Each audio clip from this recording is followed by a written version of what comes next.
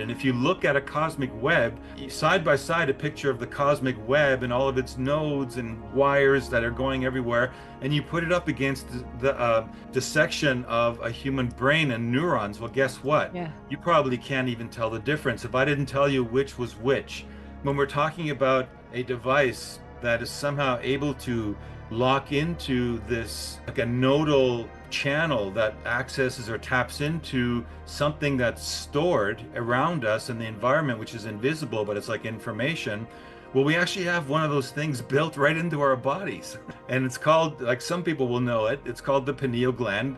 And there's also the hippocampus and the thalamus. Those three organs play a large part in sending, receiving, projecting, and creating, crafting images and visions that we project either inward or outward, and also the four dimensions that we live in, the three dimensions plus time. So I had to go in that direction, but when I was finished with that, the next direction I had to take it in, of course, was somehow it got deeper and deeper down the roots in terms of where is this leading me? Mm. And I stumbled because then the topics like simulation come up. You know, Yeah. people say, oh, we're living in a hologram and we're living in a simulation.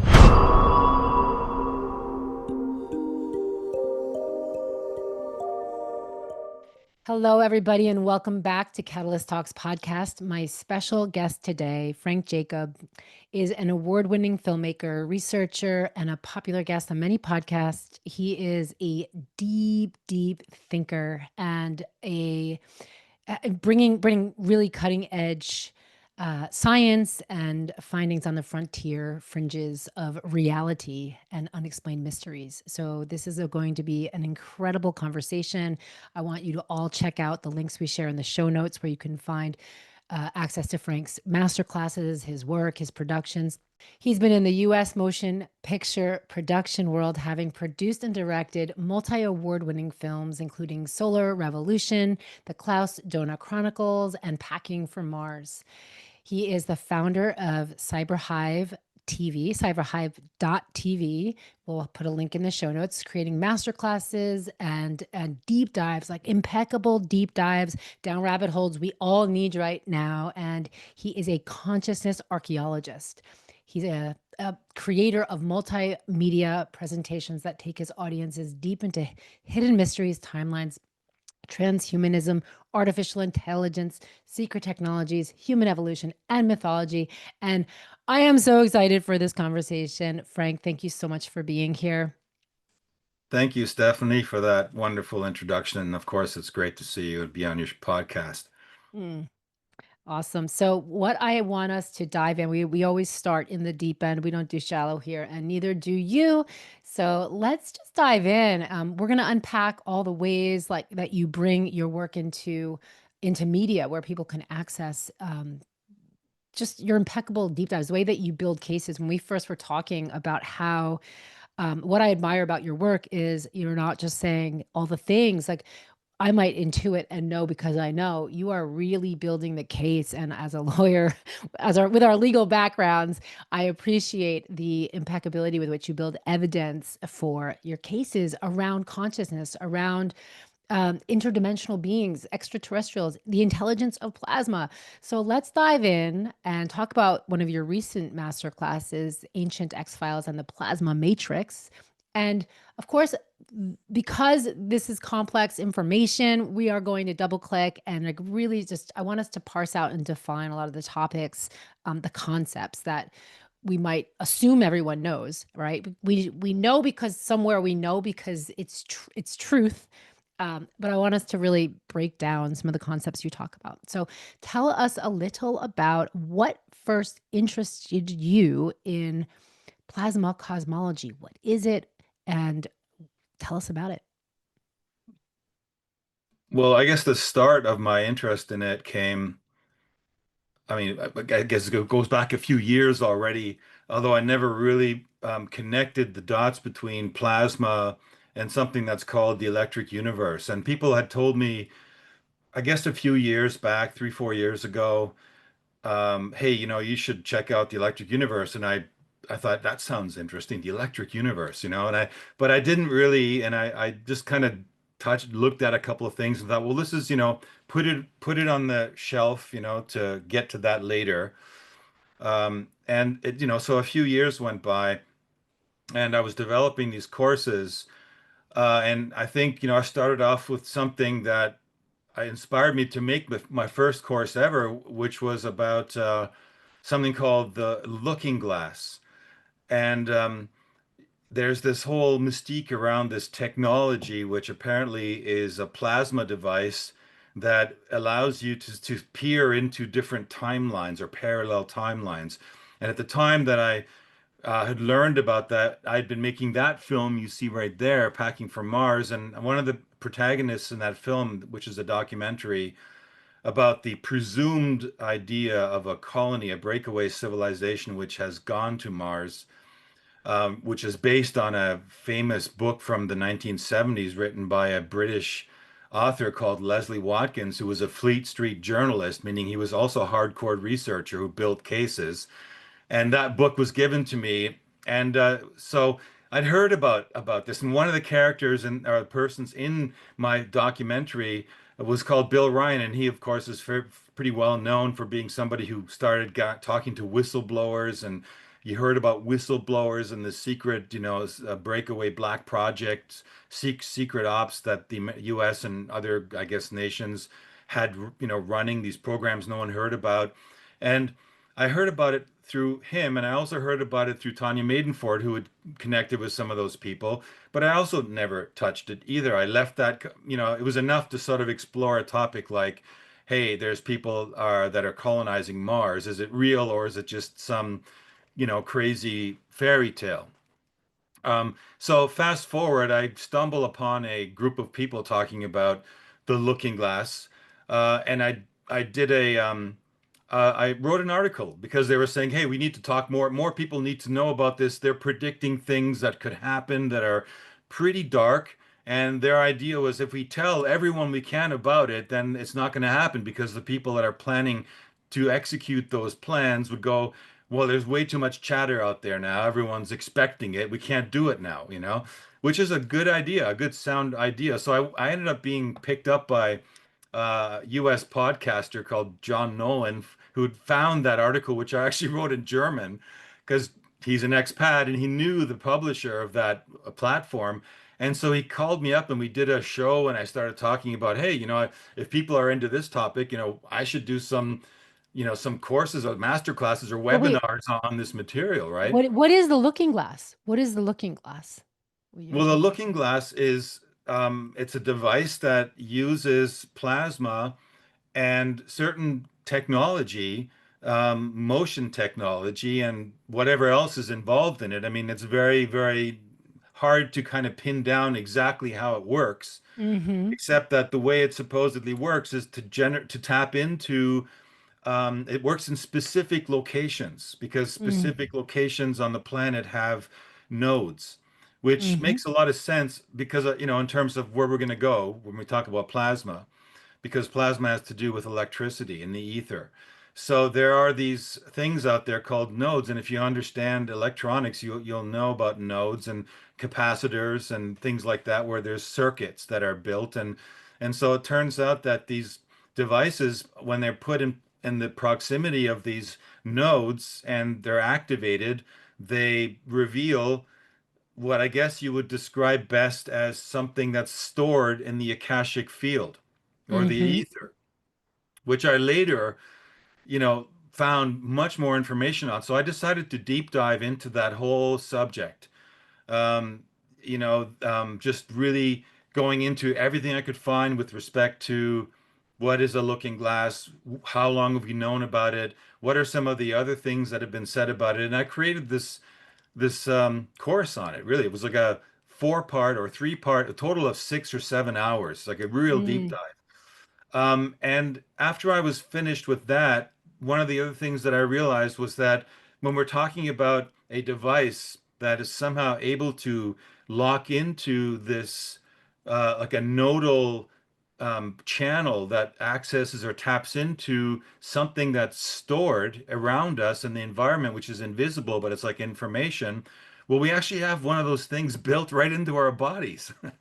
and it's called, like some people will know it, it's called the pineal gland.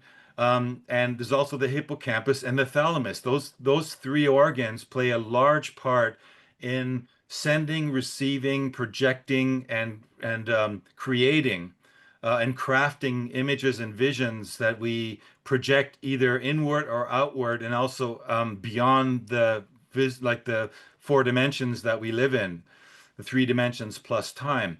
So I had to go in that direction. But when I was finished with that, the next direction I had to take it in, of course, was somehow it got deeper and deeper down the roots in terms of where is this leading me?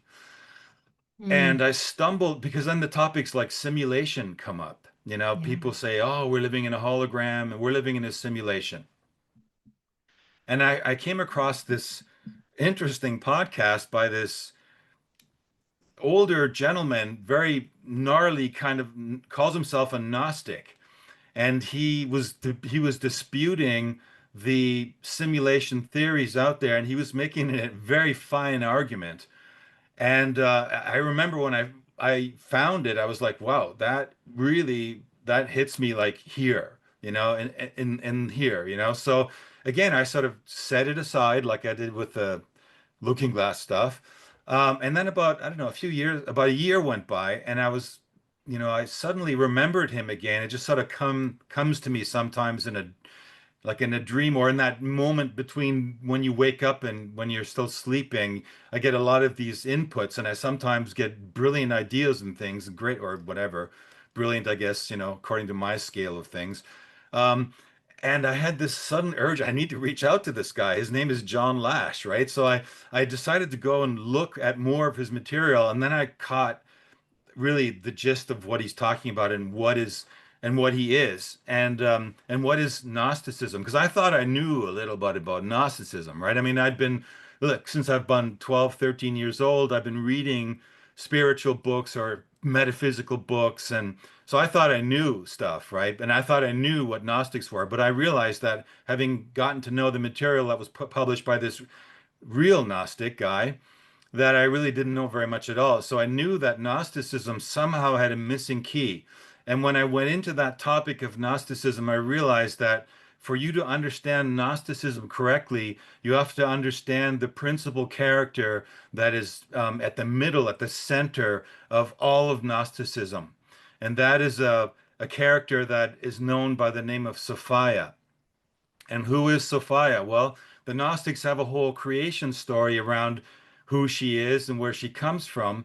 And these Gnostics, you find out, they didn't just live like what most people think at the birth of um, the church, the birth of the church and the Abrahamic religions.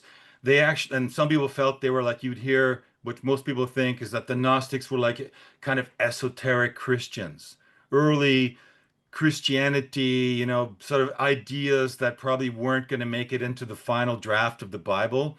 And that's kind of where it sits for most people. And what you realize is that's not the truth at all. That's completely wrong. In fact, they are totally against the whole concept that is represented by the Abrahamic ideologies, which in a sense you could break down as being kind of like there's a Father God outside. There's a redeemer who's going to save us, and in the end, it's going to have a showdown. It's going to be like an ending, like a horrible ending, like an apocalypse. And you find out that these Gnostics actually predated that by thousands of years, and they actually had they called themselves not Gnostics. That's kind of a derogatory term, as sort of like know-it-all, those who know, or the know-it-all, Mm. the people who know. So, but they were called telestai, which is the telestai are those who are aimed for the truth, and they were like intellectual shamans. And I will get to, plasma. Okay, it's leading Wait, there. but who are so tell but the Gnostics are like what is the origin? What's Well, their the origin? origin is there. You could say they came, out of the Persian area. They emerged in the somewhere between the Caspian and the Black Sea, and they ended up populating that area. And they were the first ones to actually develop language and Mm. teaching, reading skills and writing skills. And they set up a network of what they call mystery schools. And those mystery schools grew over centuries. And what most people don't know about is that these mystery schools were where they gathered literature, books, artifacts, and some of the libraries that we've heard about, like one of the most famous ones is the Library of Alexandria, which we all know was burned down or they obfuscated with a lot of the books and probably sitting in the basement of the Vatican or whatever. But essentially, the School of Alexandria and the Library of Alexandria belonged to the tradition, the long tradition, the end really of the Gnostic era, the Telestai era, because what happened is when these church fathers began to create this structure for this idea of the Redeemer, the whole Jesus narrative and all that, they couldn't stand having these Gnostics around who would go up and debate these Christians and say, no, this isn't the way it is. Actually, this is the way it is. We've been documenting this for hundreds and maybe even thousands of years. And there's another narrative that belongs to humanity, which is a universal narrative. It isn't singled out to a specific group or a specific ethnicity. It's a universal narrative, and it starts with Sophia. And Sophia was the being that they described as the mother of all of us. And she actually isn't just like a divine goddess living in the heavens. She actually is the earth Gaia, itself. Gaia, Sophia Gaia. Gaia. She is Gaia, and you may have heard of the Gaia paradigm, by James Lovelock and Margalis, who's a microbiologist. In the 70s brought out the idea of Gaia, the Gaia paradigm or the Gaia hypothesis that the Earth behaves as if it's a living being, that it has systems Yes. and everything that is running on the Earth is running and acting like a perpetual motion machine. Like it's not gonna, there's no entropy here. It's going to keep evolving and keep growing, and it's like a living being. So if you don't want to go into the mythological or spiritual side of things, you just want to stick to like science, then that paradigm is for you. But it says the same thing, that the earth is literally a being. And these Gnostics or these Telestai, they were like intellectual shamans, and they would practice out of state, um, you know, um, um, sessions. They would have 16 people, 8 women and 8 men, and they would gather and they would go into what they call the organic light, and they would literally step into contact with this earth entity. And that's how they began to reconstruct the whole story of who she is, where she came from, where Mm. we came from, who we are. And they put that down. And the problem was that pretty much vanished all the way up until 1945, when by some fluke a discovery was made. Some jars were found, inside of which a series of tiny little bound books were found, 52 little codices, as they're called. It's called the Library of Nag Hammadi, or the Nag Hammadi Codices.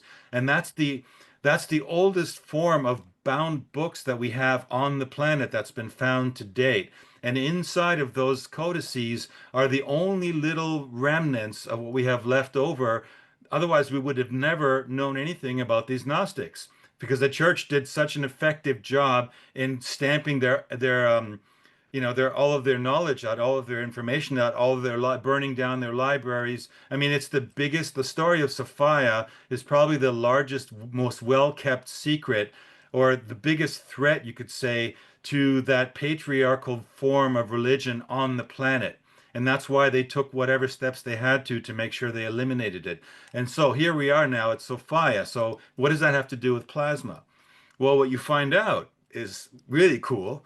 And this is where you kind of realize that these shamans back then, these intellectual shamans that went into these altered states, with and without the help of entheogens, of course, but they would essentially, what they described in the origin of Sophia is in an area they called the pleroma. The name they gave it was the pleroma, and the pleroma means the center of our galaxy. And they say that in the center of our galaxy is the home or habitat of these entities, which they call aeons. And these aeons are not like eons, like, have gone bys. They call them aeons, and they're like sort of like divine plasmic torrents, if you could, electric charged plasma, like beings that are like, shapeless, but they're like, if you can imagine torrents of energy, like if you look at those plasma glasses and you see those torrents that are inside moving around and acting and responding to you touching it and stuff like that. Those are these what they call Birkeland currents. And you might think you could actually describe these entities as humongous Birkeland currents that live at the center of the galaxy. And when you look at the center of our galaxy, you see this incredible energetic glow. And in fact, if you look at any galaxy that's out there, you see the same thing. Because why? Because it's a universal principle and it exists all through the universe. The aeons at the center of our galaxy, it turns out, aren't the only ones. There are aeons probably at the center of every galaxy that's out there. But it doesn't matter what's going on out there. What matters is what's happening locally in our galaxy. And so these telestai actually figured out that Sophia was living with in the pleroma with other aeons, and what these aeons do with their super, if you could imagine like we can talk about artificial general intelligence and artificial super intelligence computers that they think are going to solve all of humanity's problems. They know everything. They're super intelligent, et cetera, right? Well, what it turns out is with modern plasma physics, you discover through the work of people like Vadim Tsitovich, which you'll read about when you read Robert Temple's book, you'll find out that there are these scientists, especially in Russia, that figured out that plasma, when you actually create little plasma experiments in a lab, it begins to form crystalline structures and act like it's intelligent in a very strange way. And so what Robert Temple goes into in his book, which was an inspiration for me to do this latest one you mentioned, Ancient X-Files and the Plasma Matrix, was that these intelligences, these plasma forms, actually, if you extrapolate that outward, if you have an intelligent being within your laboratory, that it, for all due indications, is acting as if it has consciousness on a certain primitive level. Well, if you extrapolate that out to a plasma that's living in the center of our galaxy, which is the size of, well, you can imagine millions, billions, trillions of planets, right? So the energy, the intelligence in these plasma currents, these torrents there is, if you can sort of extrapolate that outward, far, like trillions of supercomputers or AGIs that we Mm. humans could develop. And so what do these aeons do? Well, according to the Gnostics, and what they learned is that the aeons have a mandate from their originator, which is what they call the essential, if there is like a creator God, they just call it the originator. It's like the primal state of intelligence and consciousness that underrides everything in the whole universe. And so they have a mandate from this originator to pick up impulses and Mm. to create stuff, to do experimentation with their Mm. intelligence. And one of the things that they created was a little thing called a genome. The genome, Mm. name for that, the one that they created in relative to the story of Sophia, is called the Anthropos. And the Mm. Anthropos is humanity. And so the story goes that Sophia, with her partner, because there's actually genders, sorry to say, but there's a female and a male polarity, and the Thelyte and Sophia actually created this balanced version of humanity, and they released it, which is what these aeons do. They released it out of the pleroma, which is high energy plasma, very milky, creamy, soft, if you can think of light, and they released it into the denser particle stuff that you see out there when you look out with Hubble and other powerful telescopes. You see matter out there, you see particles, you see dust, you see glowing gases and things like that. Well, that's plasma as well. And so what they do is they kind of launch these propagules out there, and they hope that the propagules will find the right environment to land and develop in a habitat such as a planet. I want to pause for one moment, and anchor, so folks who are listening, really like who perhaps have never really heard. Let's imagine that you're speaking to people who have not really heard what you're talking about, and this is their it's sprinkling in and twinkling and something's turning on. And one of the things that we do talk about here on the podcast is remembering who we really are so we can do the work we're really here to do. And so for me, just to ground this, the reason why I love your work, well, I typically this is where I exist as well. Though what I love about bringing you here is it is at a time right now where all the illusions are cracking in our world, and we can see it left and right from interpersonal relationships. So I want to ground it into reality here, right? Like things are breaking down, systems, financial systems, all the systems, health systems, all of the industrial complexes. And so what we're doing, what we're experiencing through this transmission from Frank, from you, is this whole, like, wait, expand your aperture of perception for a moment about what is reality, where are we from? And I think it's really important that we do, like, people, there are so many different versions of the origin story of consciousness Right. of humans. And I just want everyone listening to, like, we're all researchers. We all have to be researchers right now to rebuild our own truth and reality. And so whatever you're listening to, for the listeners, whatever you're hearing that feels like there's a pulse of truth to it, even if it's complex, just know that you're receiving this information, and it's organizing itself. And I know that we're going to unpack a lot more of it, though. I just wanted to sort of set that foundation, as well as what you mentioned about transhumanism. I mean, sorry, AI. I'm not sorry, AI, because this is so, I've witnessed your beautiful presentation around the transhuman agenda and AI. And I want you to weave in, I want you to explain what the electric universe is, but also really weave in how this beautiful pleroma and reality and birth of consciousness in our human physical form, how it relates to this whole other momentum, of a Yes. different agenda Sure. that's We'll just probably, paint the yeah, broad stroke across the whole story, bring it. And if people want to get, if people are getting, goosebumps or having like what I call phylogenetic memory flashes, Webinar, then get I would say go and check out the master classes that masterclass. that Yeah. I produce because I go deep into it, like 6, 7 hour courses where you really like, Yeah. we go right into it. It's like, and I don't stutter and whatever. I just go right at it. I show you. Well, I'm a filmmaker, right? And I'm an artist, a musician. So I try to make it much more entertaining than your typical course where you're kind of like sitting in a classroom and somebody's writing on a chalkboard. No, it's actually a very immersive experience. And so, Mm, I want to convey that because it's such a very powerful story. And as you say, there's so many creative narratives. But what's interesting and what's nice about the Gnostics creation narrative is that it's universal and it binds all of them together. And you realize that now when you look at a lot of interesting mythology out there, and I think I should add in here as a sidebar that the man who was able to help reconstruct this mythology, this creation story, which is called the fallen goddess scenario, incidentally, is actually a comparative mythologist. So he studied all the myths all around the world, and he found the overlaps. And you realize that there's so yeah. many bits and pieces of this story that are fragmented. And like I said, they actually deliberately fragmented that story so that nobody would have all this information in one place because it's so powerful. And you'll understand why when we get done with all the brushstrokes, which ties, of course, into the artificial intelligence and transhumanism in the end as well.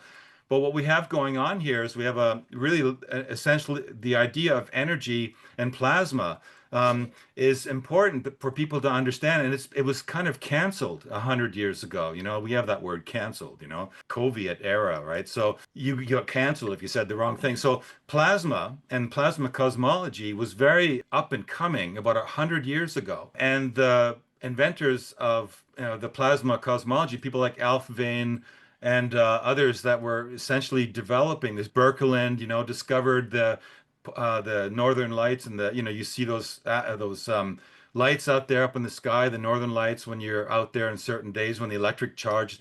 That's all part of plasma cosmology, and it was literally canceled. But what you find out is that it was canceled for the mainstream. It was canceled for the rest of us. But it wasn't canceled completely because there's a lot of science as you discover, and as you'll discover with Robert's book, he's kind of like the prince of You're plasma. talking, Yeah, and just you put it keep up on the referring to screen. you So keep referring to this absolutely, person. yeah, I keep referring to because that was Robert Temple is the man that they call the Prince of Plasma. He's probably the best. Well, he's a science writer and he's very, very intelligent. He's scary intelligent. He's the kind of guy that can read an encyclopedia through once and he'll tell you on what page what can be found 2 weeks later. That's kind of intelligence that he has, sort of photographic and that kind of memory, Mm, capacity, and he's able to put this stuff together. And you realize, that plasma didn't disappear, that actually plasma went underground. And so a lot of the cutting edge science that is happening in the world right now has to do with plasma. And so when you find out that plasma has the potential to hold not only charge and to shape things and to create crystalline structures, then it's not a far-fetched idea to realize that this electric torrent that you find out now with these amazing telescopes that they have out there, they can with X-ray and radio telescopes, they can see what's called the cosmic web. See, when the whole idea of relativity came into the world in the Big Bang, which was at 100 years ago, literally around 100 years ago to this time, they said to us that space is a vacuum. There's nothing, Yeah. completely empty. And there's just all these particles, and the particles are nothing. They're just accidental particles that blew up from a seed-sized or microscopic sized thing, which is kind of funny because to hear scientists talk about how everything we see out there in the universe originated from a little thing the size of an atom.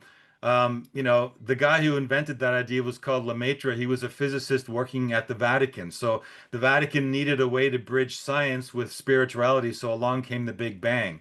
And other people like Fred Hoyle actually coined the term because they thought the idea was so stupid. They said that, well, okay, the only kind of people that believe this would have to believe that there was some kind of a Big Bang.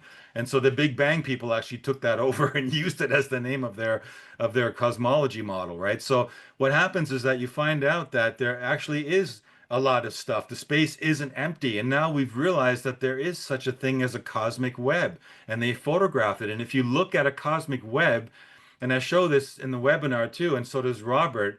Side by side, a picture of the cosmic web and all of its nodes and wires that are going everywhere, and you put it up against a dissection of a human brain and neurons. Well, guess what? Yeah. You probably can't even tell the difference if I didn't tell you which was which.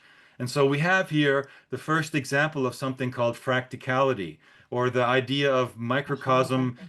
it becomes macrocosm. And so when we look out there into space, we're not seeing emptiness. We may not pick it up with our senses, or their eyes are not tuned into those frequencies, but it is definitely not empty. And what you realize is that everything out there is energetic, and it's all connected with this massive network of electricity through which all of it is swimming, and electricity needs something to flow through. Electricity will not run unless you have a wire, right? You just can't, and it's not going to get between, your voice and your microphone and the Zoom unless there's wires, right? Well, those wires in the plasma cosmology is this ether, which is plasma. So plasma essentially is the carrier substance for all of Mm. this energy.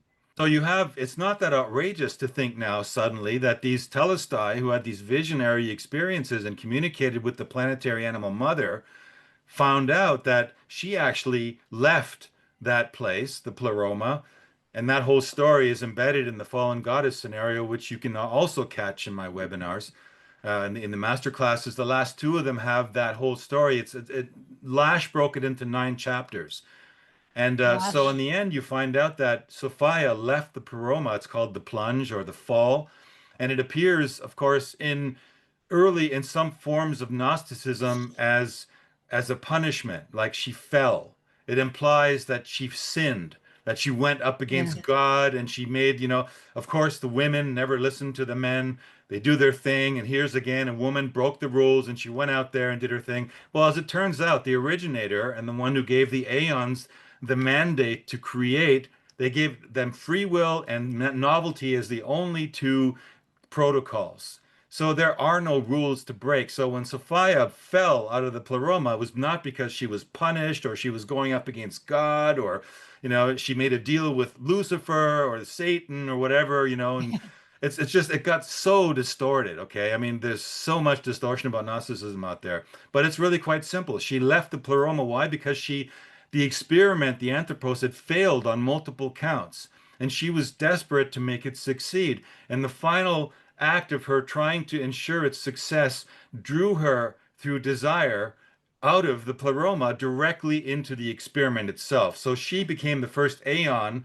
the first electric torrent of plasma supercharged divine intelligence to leave the pleroma and go, out into what we call the arms of the galaxy. And she did this in a very specific place, and they documented this stuff, and it's written about in the Nag Hammadi, which makes it such a fascinating account, right? Well, she slams into matter, like, Big this Bang. dusty stuff that we see out there. The Big Yeah, Bang, well, in a way, I Sophia. guess you could say that would probably be the Big Bang, right? So anyway, she hits this stuff, and it creates anomalies. And these anomalies are literally what lead to two primary important, or three, you could say, three important pillars that we need to understand about who we are and why we are living on this planet and why we have such a difficult time on this planet, why there seems to be this force that is trying to, stop us, or trying to corrupt us, or trying to control us, or trying to stamp out consciousness or higher consciousness. All of this is tied into that story, and it has to do with the anomalies that she set in motion. The first anomaly she set in motion was the creation of a shadow version of humanity, which was an unintended birth, which they called the aborted fetus in the Gnostic terminology. It was like an aborted fetus. It was like mankind, but it wasn't the intended mankind. It was created as a result of just the programming, the charge in her plasmic body rubbing up against this material, and it left a trace, like an imprint of what we are destined or just, and supposed to be as the anthropos, and that turned into something which we now know in this, in these texts as archons. And you've probably heard the word archons. It was John Lash who reintroduced that word archons back in 2002 as the internet began to sort of blossom. He was the first author to reconstruct that whole story and to really go deep into the Gnostic texts and bring out that story of who the archons are. And so you have these archons. The second element you had is that Sophia, through the course of her trying to figure out a way to create the perfect habitat for her experiment, the anthropos, mankind, eventually literally turned herself by sucking up all the matter around her in that part of the galaxy where she landed and forming into the planet. And literally, the planet became her body. Mm, So you have that element of it as well. And when she did that, another strange anomalous thing happened is she sort of tore the genome in two. And she brought half of the genome with her into her body that became the Earth. And that was the first version of mankind. And guess what that was? That's not something a lot of people know. And this has also been documented mythologically. I'm not making any of this stuff up. This is all stuff that Lash was able to trace through his mythological comparisons to other cultures and other authors that have come along. And you find out essentially that the women were the first human beings on this planet. But they didn't come about like through man and women have sex, 9-month pregnancy, they come out through the birth canal. It was a much more plasmic, energetic experience. The Earth, Sophia, was still forming, the plasma was still forming into the planet. And in fact, the whole idea of Genesis, as it's written in the Bible, is a misleader because Genesis is an ongoing process according to the Gnostics. We are still in Genesis. mhm. And the process of becoming the planet brought about these first feminine beings. And these feminine beings are documented in the myths as nymphs and Odinis and mountains and fairies and all these stories that have survived. Amazing. Those are the leftover remnants of the trace of what first was here as humanity. And it was later, actually, that man part of the genome connected with the feminine aspect because as it is with any electrical currents, they're looking for the polarity. The positive polarity flows to the negative polarity, and they basically these two polarities attract each other. So it was destined, and I talk about that. I'm not going to go too much deeper into Yeah. it. I bring it out in the master class, the last one, and essentially that was the union. And so that was the third element. So you have the planet, you have mankind or humanity, the anthropos, and you have this external part that was anomaly that was created called the archons, who by now are figuring out like we're actually not it. We're not the chosen. We're not the illuminated child that is talked about in the Nag Hammadi. We're actually just an aberrant version. It's never really meant to be embodied. We can't live on the earth. We're not able to live within the biosphere. and we're mimetic. We're only able to copy. So this is very interesting, this idea of mimetic. Hey everyone, it's me, Stephanie. I wanted to pause this episode and just check in and see how you're doing. You know, we're living through some crazy times right now. We got crazy, oh my God, intense, and we also have amazing. It's a really potent time of evolution. And if you're on that spiritual path, you know new gifts are coming online. We're being brought to our knees. We are navigating, we are ready to release all of the old programs and patterns.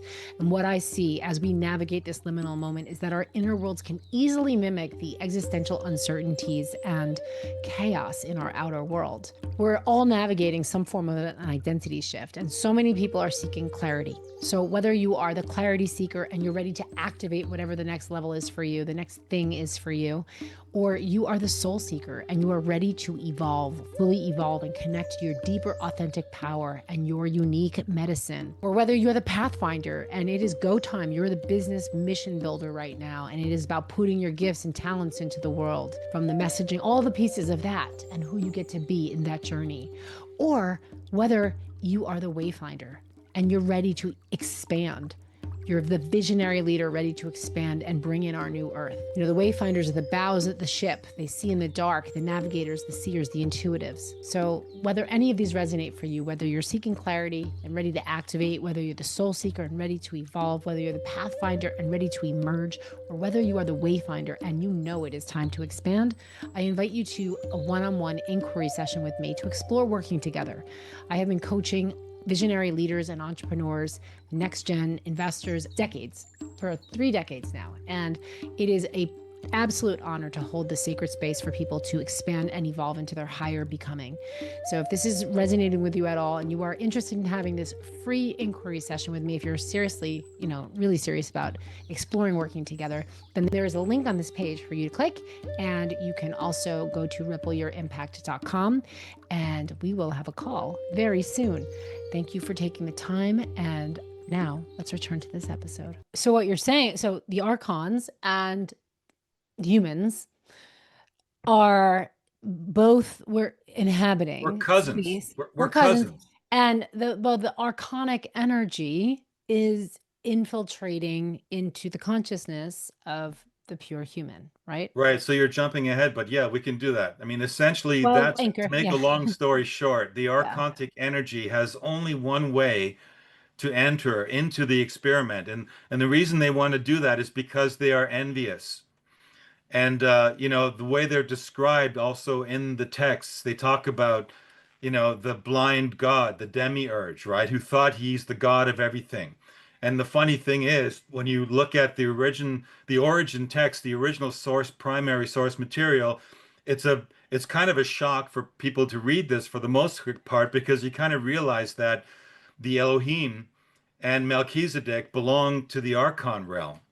And so you have this Archon realm trying to penetrate into the earthly experiment. And the only way they can do that is through simulation, through telepathy, through mind control of the humans living on the planet. And they've been doing that since the very beginning. There's even stories, I mean, there's remnants of all these stories, even in the Old Testament and written in Genesis. You can see the idea of, where they tried to enter into Eve and, make her, Yeah. like impregnate her, and all these are like kind of shadow remnants of the real story of who the archons are and why they would even try to do that, and what the fuller actual complete narrative behind that really is. What does that look like for, so there's two questions I want to explore. One is like, what does that look like in our world today?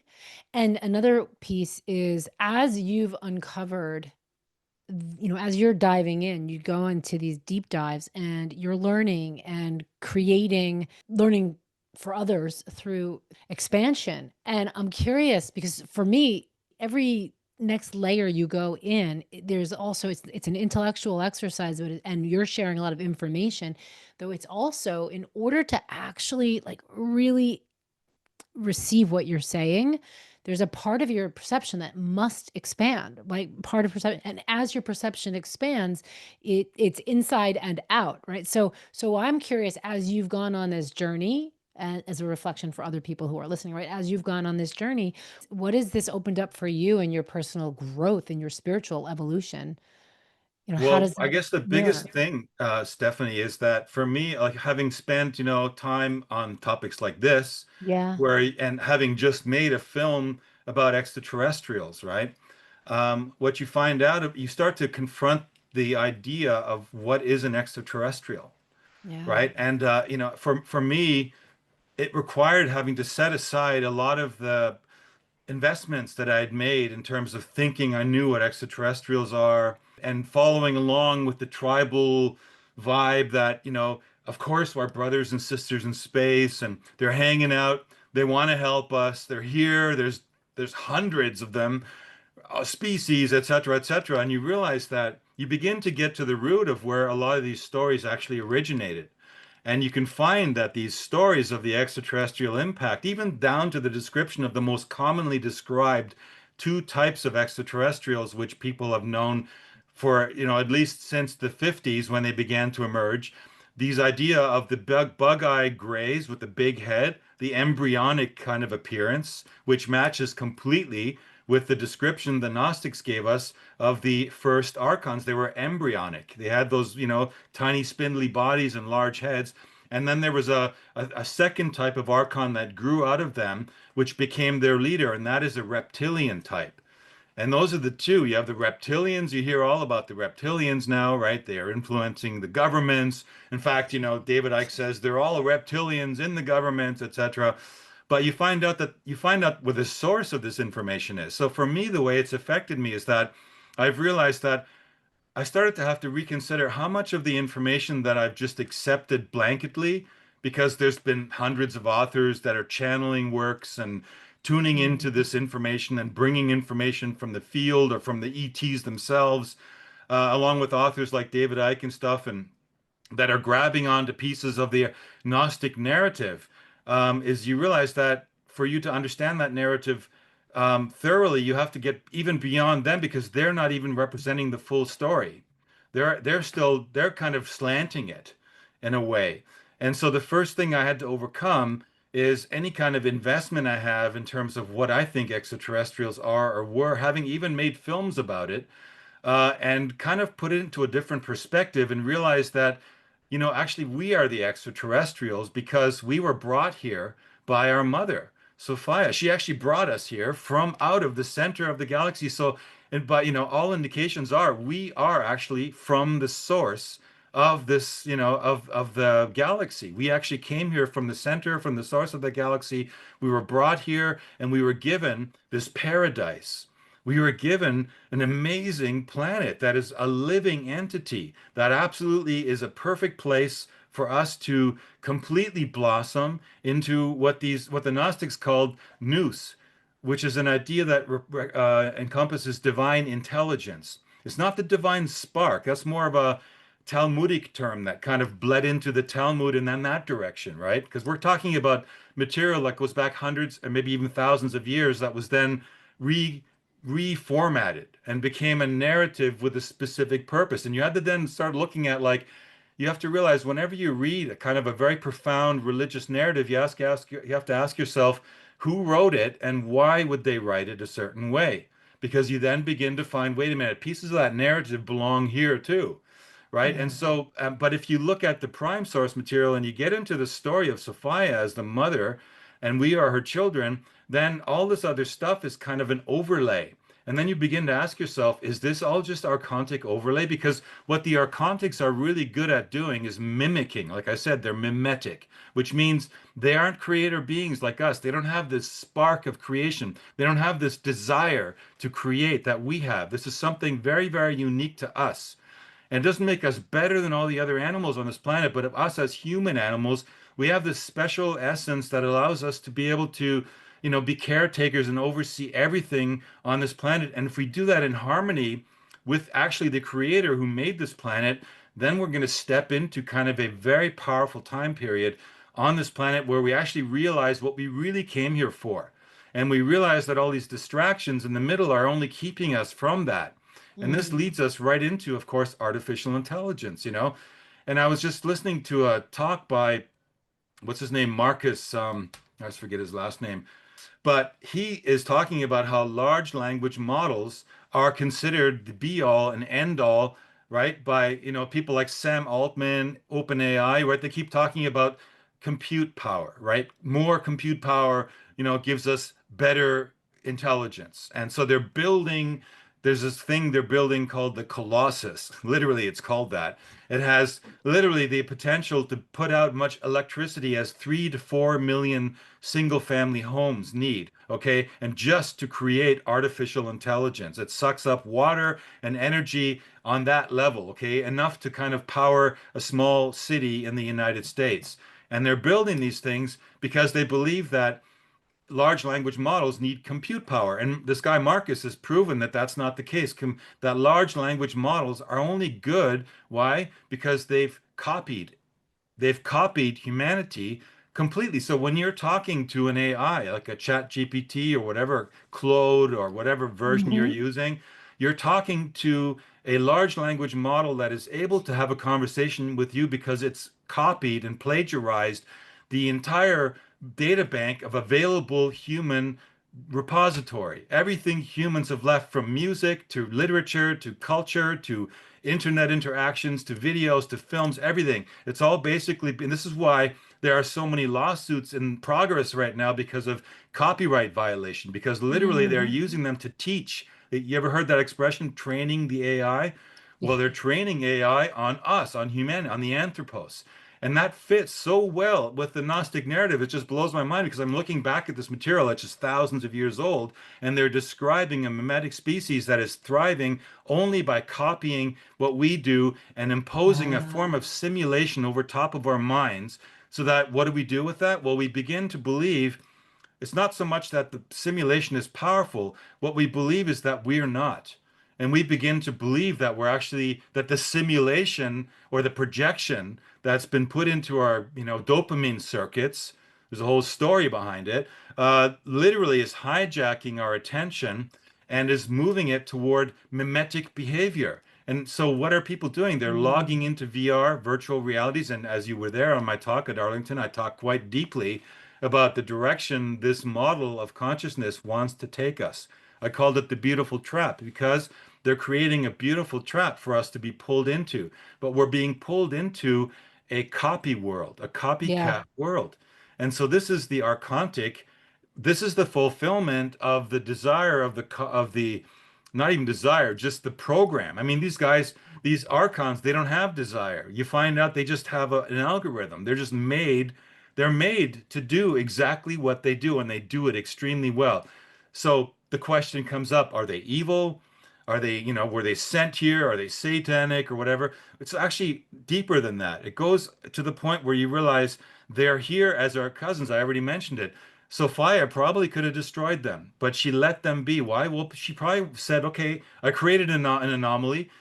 My departure of the pleroma was an anomaly. Let's let it play out. And in a way, the archons are a test for us. And are the archons is it an intelligence? Well, it's a mimetic intelligence. Is it a being? Is it what is it in the itness? It's like a program. It's The like code. It's a essentially code. just a code. It's a Yeah. code that is like what happened is when Sophia strifed up against that matter, she left residual code, if you want it Mm, that way, right? If you yeah. can picture that, right? So in these particles is a remnant of the picture that was created in the pleroma. So they see the worlds, they see the way the solar system would be, etc. In fact, the first thing that she had them do was create the solar system, except for the Earth, the Sun, and the Moon, just to distract them while she figures out how to solve the problem of how to create, a habitat for humanity. And that's a very interesting story. Mhm. All of it is, of course, included in the fallen goddess scenario. And it makes a lot of Mm. sense when you realize that this energy, this coded algorithmic energy is essentially just executing, executing, executing. And it'll go and it'll find things and it'll just try, like just like AI does. You can go to AI and you can have a very interesting conversation with it. But if you ask it to create something, or if you ask it to think for itself, you realize that it can't think. It can't think for Mm. itself if it hasn't encountered a situation that represents what you're asking it to do. And it could be something as simple as a 6 foot tall man and a 4 foot girl who has a pineapple and they have a canoe and they need to get across the river. What's the best way for them to get across the river? And you'll sit back and just laugh when you watch the answers that an artificial intelligence will come up with. It won't say, "Well, get in the canoe and paddle over." It'll actually tell you to go find a bridge, and like, I mean, it's just the weirdest things, right? And you find out that essentially this proves the same idea that mimetic ideas cannot create, they can only copy. And if they Mm, haven't seen it yet, they aren't able to create it. And that's what gives us as humanity this advantage, even over the archons. As much as they've become yeah. a very powerful penetrative force within to our world. It's, no arguing. If you look at the agenda of the World Economic Forum and the idea of transhumanism, this matches one to one the idea of mimetic behavior. Just, the whole idea of cloned behavior. I don't know if I talked about that in my talk, like behavioral cloning, that we have to understand that people act as clones when they act in groupthink. They Yeah. follow a certain behavior and they Yeah. follow that like to a T. Like you now see people walking down the street with their handies, their mobiles, looking at their phones, right? You have them at concerts, doing these signs and all this stuff. It's like they've all learned this mimetic groupthink. And when Yeah. you realize that when you're out there, and this is one of the things, going back to your question, how has it impacted me? Well, I begin to observe more when I go out into the Mhm. wild, into Sophia's body, right? And I see it not as this, particles and accidental reality, but a plasmic flow of consciousness, animistic version of everything I see. Everything is material, as the Gnostics say, so that every little wind gust, every emotion I feel is matter, is material. It's a material Mm, event in the plasmic cosmology, just like mm, like Three Eye Atlas was, for example, another topic. But when I go out into the wild and I observe people and they're practicing these mimetic behaviors, right? And it is extremely profound if you decide to take public transport, which very few of us nowadays do anymore. But whenever you do, and whenever I have, I realize just how locked into this behavioral cloning yeah. everybody is. They're sitting there like I'm at the train and I'm waiting for the train, and I don't do this every day, so I'm looking at everything. I'm looking at the train tracks. I'm looking at all the different posters and how every 5 seconds a new film poster or something flashes by. I'm looking to see if anybody's still reading papers or how many people are looking at their phone. I'm actually taking in what's And reality. And yeah. everybody else, the most people out there, they're all locked into their little screen, their frame. And that frame is kind of the way that the archons can control human consciousness. They can create the framing. Yeah. Yeah, I think Robert Temple. So we were talking about a new science of heaven. This was the book we kept referring to. I heard him talking like he doesn't have a cell phone, right? And so the idea that the without our phones, without AI, without the mimetic um, coding being mirrored back at us, and us thinking that we have this now, we individuals have supercomputing capabilities. It is the intelligence. Like I want to understand too, like the intelligence of like how living in this reality feels. Like how does it feel to be knowing that all this information is still available without these devices, without AI, right? Knowing that we have the power, what is it that is going to allow us to really tap in? Like, this is the work that I do, is helping people really remember who they are, Right. and like, what do we need to shed all of these beliefs and these programs so that we can actually have the space to know that we know just because we know, Well, that's the key word, knowing. And Yeah. Gnosticism is to know, it's not to believe. They were Mm, against beliefs because they didn't like the idea that you had to give your blind belief into something. yeah. In fact, heretics, they were called heretics. And heretics, if you look at the root of the word, it just means to choose. Mm, Heretics choose, and the way you choose is by focusing on the reality around you. And your trip yeah. that you were talking about is a perfect example of that. You disconnected and you went into the living body of Sophia in Yeah. a strange environment with strange people, and you began to experience the organic form of intelligence. Yeah. The messengers began to appear to you. Probably you probably had events happen that led things in a certain direction that probably never would have happened if you hadn't showed up, and things like that begin to happen. What you end up doing is you stop believing and you begin to question what you really do believe and why you believe that. And you begin to, it's like building a case, like you so eloquently said in the very beginning, having had some legal background in my case, and you obviously as well. You build a case. You build a case for your reality. Why do you believe a certain thing? Where did that come from? You don't have to drive yourself nuts by doing it, but you can begin to question some foundational ideas and whether those ideas are going to lead you to greater freedom, and greater sovereignty as an individual, and a greater ability to connect with others of a like mind that will lead toward a more sane version of the world. That's where we can all start. And maybe one of the easiest ways to do that, aside from taking a cool trip somewhere into a third world country or fourth world or even second world, I don't even know what it is anymore, because third world probably isn't even true anymore. But you take this trip out there, you can take a trip out to a local forest, and you Yeah. can sit beside a stream and you can sit down and just know that you're sitting on the body of your mother. We all have two mothers, right? Mhm. We have the earth. She gave us everything, everything we have around us. We have her to thank for. Everything. Nothing would exist without her. She's the first mother. Then we have our mother, right? Our second mother. She's the second mother, right? And so, once we realize that when we go to a place like nature, which is, try to get as far from the sounds of civilization as you can, and realize that you're walking on her body and that she's there right underneath your feet. She's not anywhere out there in the sky, in heaven, or in some weird place, dishing out commandments and rules, and you shall do this and you shall Yeah. do that. And if you do this, and, no, she loves you. And she's waiting for you to reconnect with her. She's dreaming this whole existence. The dreaming Mm. analogy, I think, is so profound because just like we dream up ideas, anybody who wants to achieve anything in the world has to have a dream. And then they visualize it. They begin to use their hippocampus and their pineal gland and the thalamus, abilities that we actually begin, it's all material. We begin to translate our dream into the material form through our bodies at first, through Mm. writing it, maybe through visualizing it in our minds. And then we begin to go into the material realm around us on the body of Sophia, and we begin to actually materialize that dream. Well, she's doing nothing differently. She's dreamt us and this all. So when you're out there and you're in that dream state, you kind of get into this focused state where you realize, hey, I'm actually living in her body. I'm within her, and she's given me agency. She's given me agency to act on my own volition.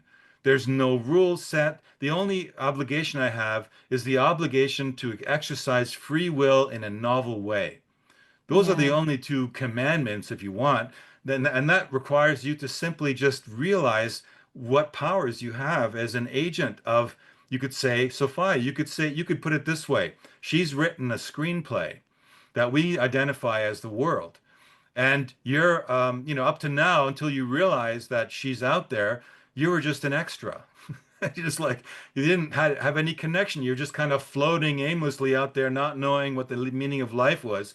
Well, now suddenly you realize that you have a mandate in collaboration with Sophia to realize the fullest potential of the genius, divine, intellectual ability of human beings. And you are one of her agents, and you don't have to be an extra anymore. Guess what? You can actually write your part of this, of your role directly into the greater screenplay.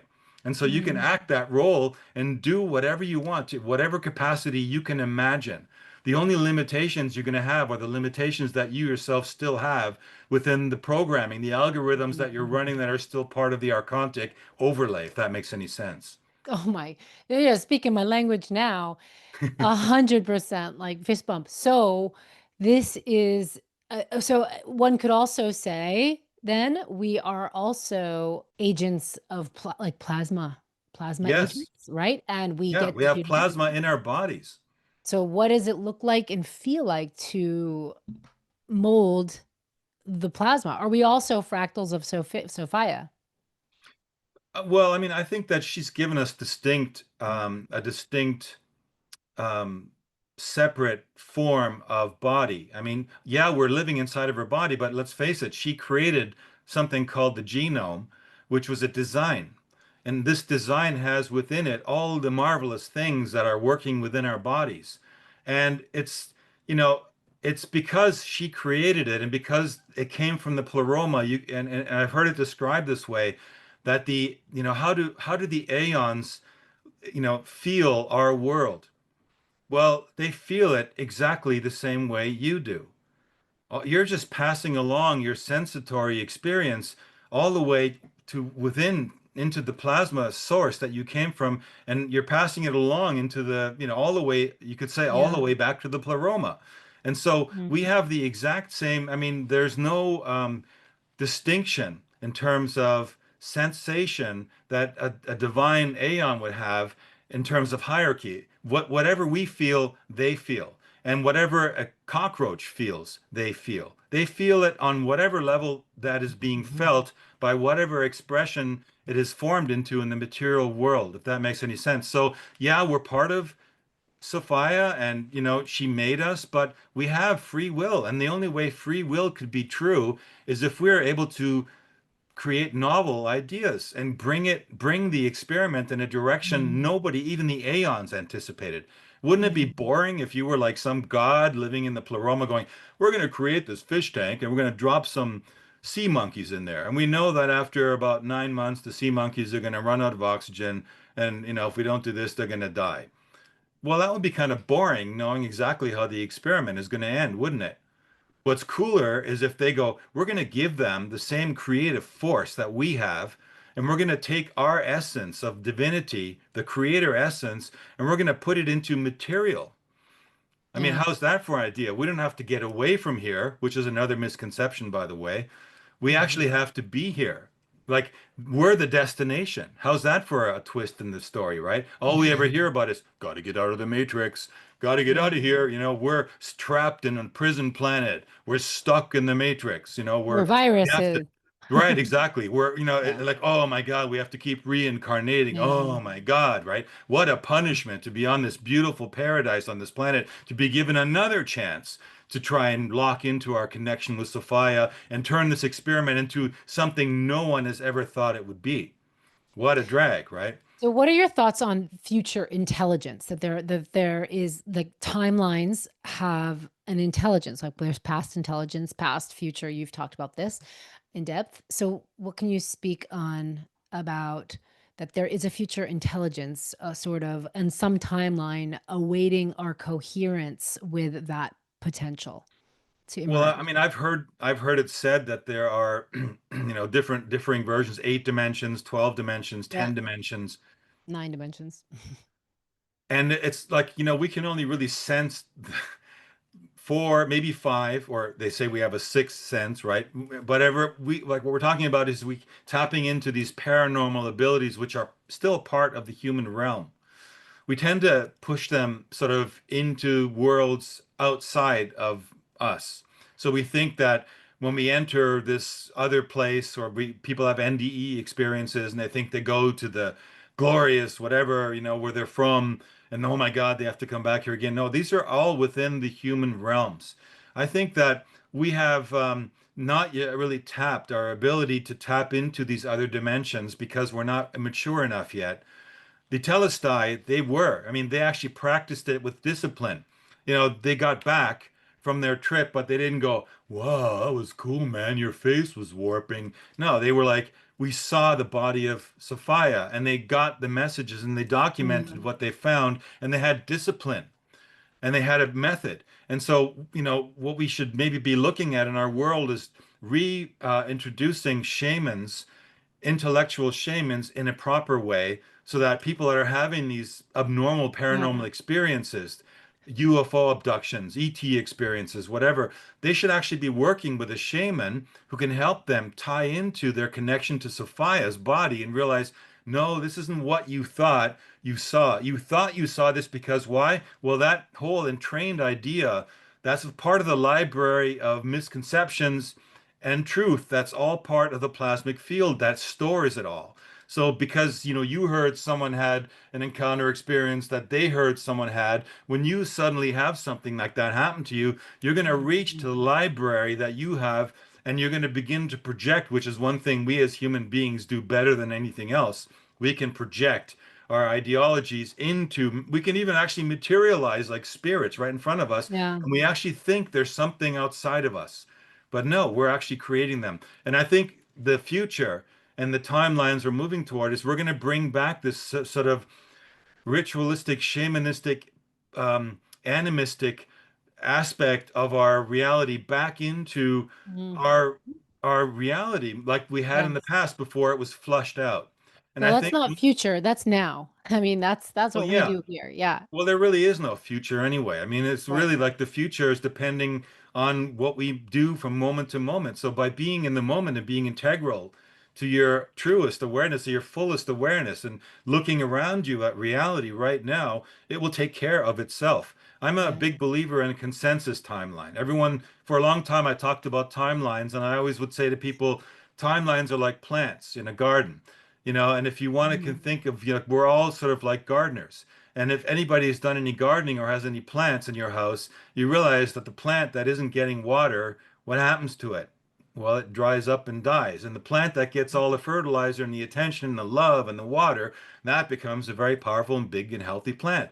And timelines are like that too. When you're part of this idea of clone behavior and you're following along the behavioral cloning that's implanted into the framing Yeah. created by whatever you want to call it, archons or just Klaus Schwab, it doesn't matter. But if you're following that behavior, then essentially you're creating the plant that is going to grow up into a transhumanist plant.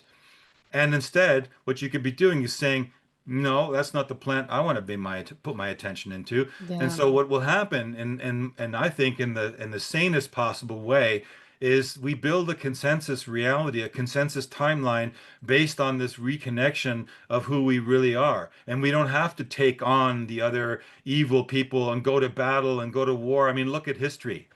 I mean, Yeah. has that ever brought us anywhere? We've ended up destroying ourselves. I mean, they keep trying it and we keep going up against it. And, but that's not the way. I think the way to literally create this timeline is to ignore the one we don't want, and it'll die like a plant that doesn't get the water. Does that make any sense to you?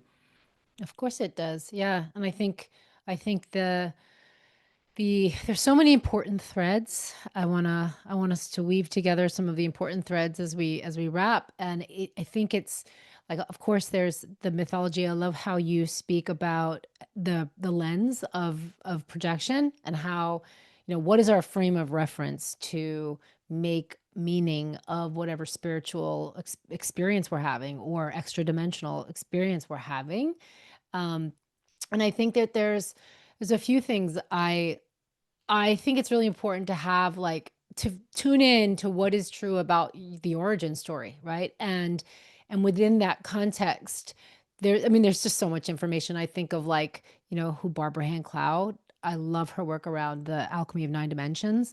It really anchors in for me something that I've experienced since I was a child, right? So there's one thing, there's like return to the ancient texts. There's another thing that it's like no like that agency and sovereignty over what your experience has been, what your truth has been, and you might need to clear the old programming and the archontic codes in order to access it and have it reveal. And then it's like a magnet for yes, that. And if it feels plausible, it's a good frame of reference. If it's something that you've been like you've known your whole life, right? So on some level, there's that like choosing those frames where someone else was able, like you're able to articulate. John Lam Lash, you referred to all the time, right? Like the articulation through someone else's lens is important, and the discernment is even more important, right? So, I hope that does this make sense as a sort of a okay, well, for people listening, well, what do I do with this? What do I do with this? Well, the thing is, when I went into, I just had a deja vu, which is cool. Cool. When I I went get into the material from last year was because it wasn't like somebody threw it at me and said, you must do this. So I yeah, actually, it drew me. yeah, And I don't want to be a carbon clone of Lash's ideas, and I certainly not. When I spent time with him, not I introduced some ideas, and they're not the same ideas. They're just, I'm Yeah. bringing in a new element to what I interpret the Gnostic material to reflect it within me. I mean, I feel a deep connection to this idea of Gnosticism in the sense that it means to choose, to be free. And Mm.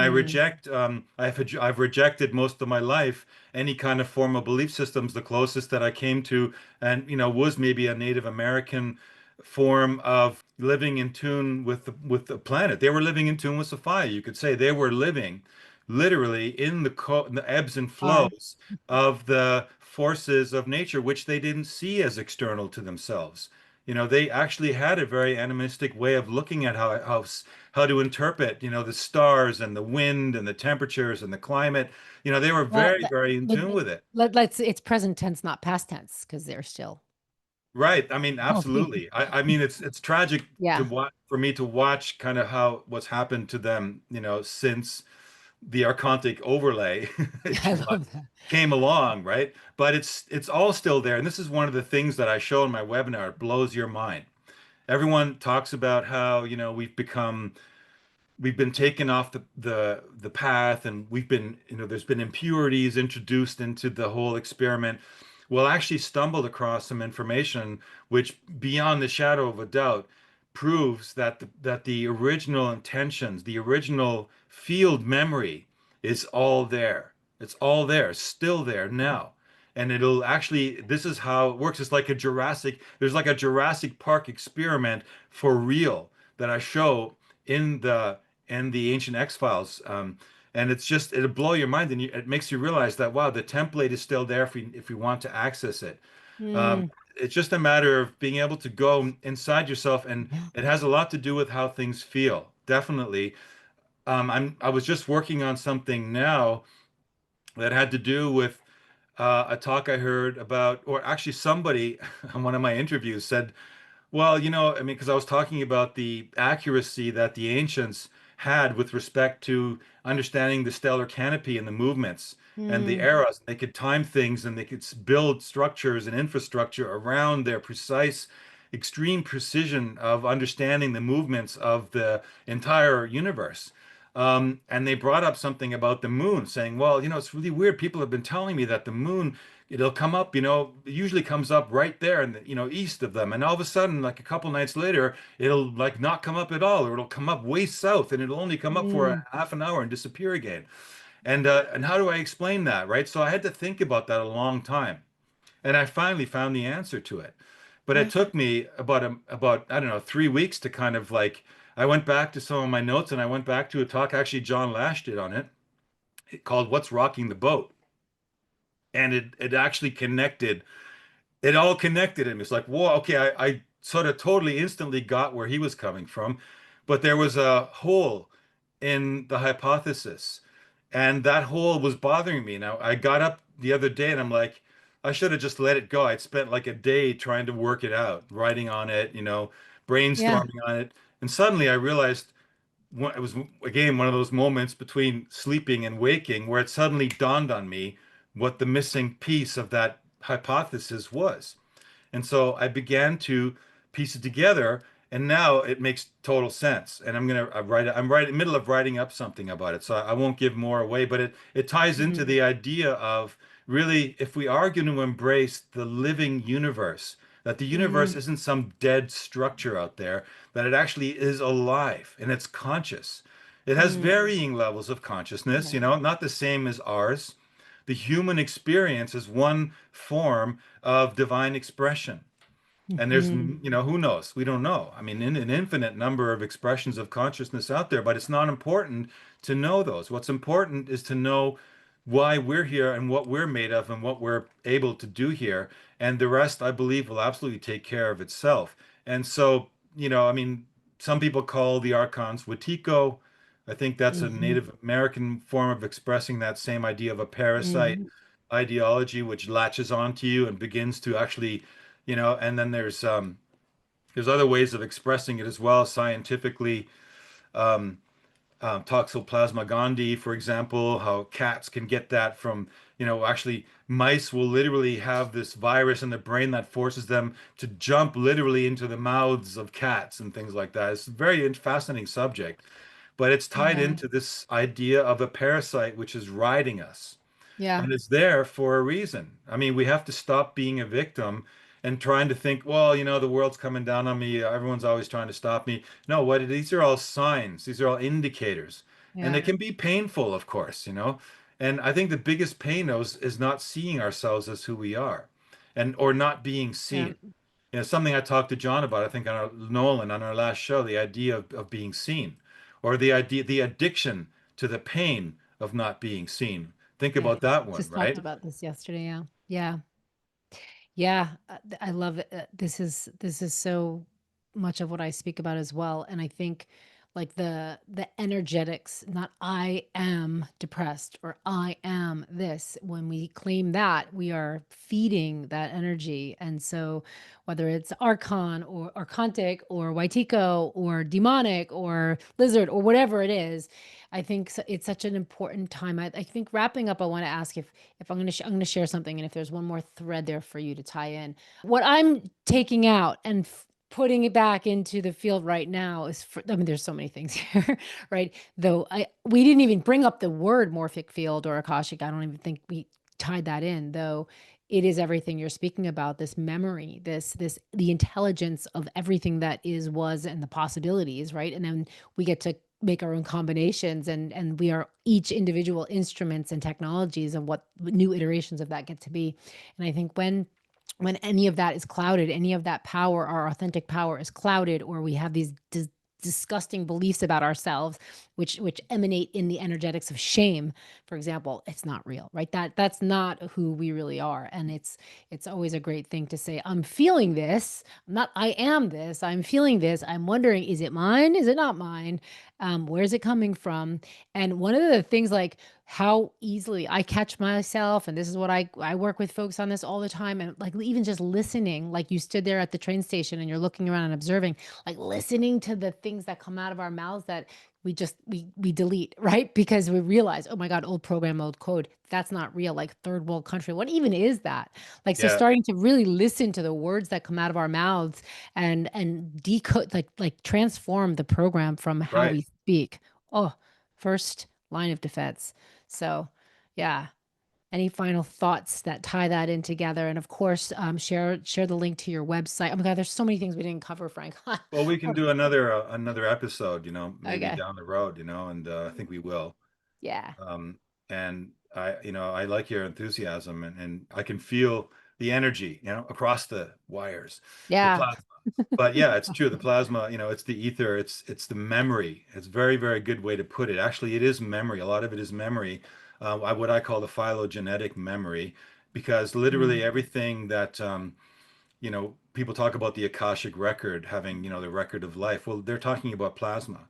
And what's happened is that literally all the expressions of Sophia's body that have emerged since she became the earth have been stored in extensions of her body. And the first extension, of course, goes out to just outside of the biosphere. We didn't really talk so much about it, but I think this is something that is going to blow your mind. And anybody that takes, the masterclass, Ancient X-Files and the Plasma Matrix, is going to realize that there's this other life going on around us in the plasma realm, which Yeah. takes on form. And it actually is responsible for a lot of the things that we're calling UFOs. And I make a very strong case for it. And I do make it a case. I do build up on the case of evidence, and I go back and I use mythology, physical evidence, personal inner feelings, and observations and experimentation, real experimentation, not mathematics, not theory, but Mm. actual, not belief, but actual material experimentation, and draw upon that to make the case. But you realize that everything that has transpired in the body of Sophia has been stored. And so, yeah, we are tapping into that memory. We have access to that, but by extension, Mm. there's this guy called Emile Chiron, and he came up with the idea that the electron actually holds memory as well. And so you might say that everything that is out there in the universe, even beyond where we are living in our bubble, has a memory of some form, of some life form, or some experience that's been out there. This is the greater field of the plasmic memory, the ether that we have out there. And maybe a lot of this is the kind of stuff that many sensitives might be tuning into, unbeknownst or untrained, to really understand what it is that they're bringing in. They'll they'll mislabel what they're experiencing and give it maybe an incorrect level of importance, or maybe a level of distinguishing it from something, or trying to identify it with something that they're basing on the memory of the field that is around us. And I think this is a big part of us learning to understand what plasma is and how it relates to the world around us. And Mm, the other thing I wanted to just say is that there's this overlay that we have to suffer, and that pain and suffering is an intense part of our experience, right? I can just assure you that that belongs to this archontic program. Sophia does not want you to be in pain. She oh, wants to sell. She's all about beauty. She loves beauty. In fact, the mhm, world is beautiful. If you take away, humans out of this experiment before archons, or even, humans before the archons really took the big influence they did, it was beautiful. And mhm, they thrive on beauty, and the universe thrives on beauty. It loves beauty. It loves this high expression of, order, of beautiful order and appearance of things that are beautiful. If you look at nature, if you're sitting in that woods and you're in a deep state mm, and you happen to watch all of a sudden a deer walk by, you won't see some cigar chomping fat deer that's out of shape. You'll see a perfectly formed body, and as far as that the environment is not heavily polluted or radioactive, you will see a pristine form of nature. There are no obesities in nature. Nature takes on its perfect, beautiful form. And you're part of that. And you have to remember, mm, Sophia gave you beauty and gave you this wisdom. That's why she's called wisdom. Sophia means wisdom, as we know. That's the root of the word. No accident behind that. And so the world is not about mm, suffering and pain. We need to erase mm, that program. It's not, you don't need to have pain and suffering to learn something. The only thing you can mhm. learn is that that's not the program you want to run. So just tune into yourself and your connection in the dream of Sophia's body and see what happens. That's a perfect place for us to close right now. Thank you, thank you, thank you, Frank. Oh my gosh.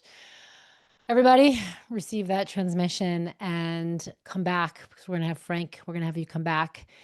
Tell us where your website is that people can find the masterclass. We'll also put the links in the show notes for sure. And everybody follow Frank's work, learn, dive into these masterclasses. There's a lot of information. It's beyond information. It's intelligence. So, and transmission. So where can we find them? Yeah, well, the easiest way, if you can't remember cyberhive.tv, is just if you can remember my name, Frank Jacob, Frank with a K, Jacob with a C.com, then you'll find me, and you'll find a way you can write me, and you'll find on frankjacob.com at the top is a menu, and that'll have Cyberhive and links to the films and links to everything that I'm trying to express right now in the world. And I'm of course more than happy for people to write me. And if you take one of the courses and you want to start a discussion, I have a great platform where you can do that. I always answer questions. I love it when people start discussions. I start my own discussions, and I also have a community which is free if you want to join at the moment. Maybe I'm going to change that model at some point, not because I'm greedy, but because I want to be able to persist and do this work and carry it forward. Because I'm one of the non-AI versions of Intel that's out there. We're starting to see a lot more of stuff that's out there where you find, like, Alan Watts, said, and Regurgitating. it's an Alan Yeah. Watts voice. But guess what? It's in modern terminology, so it's not real. I'm real, and the master classes try to convey not only that I'm real and the reality of what I'm finding, but also maybe a way for you to find your own reality. And I'll just say they don't try to, they do. So thank you, Frank.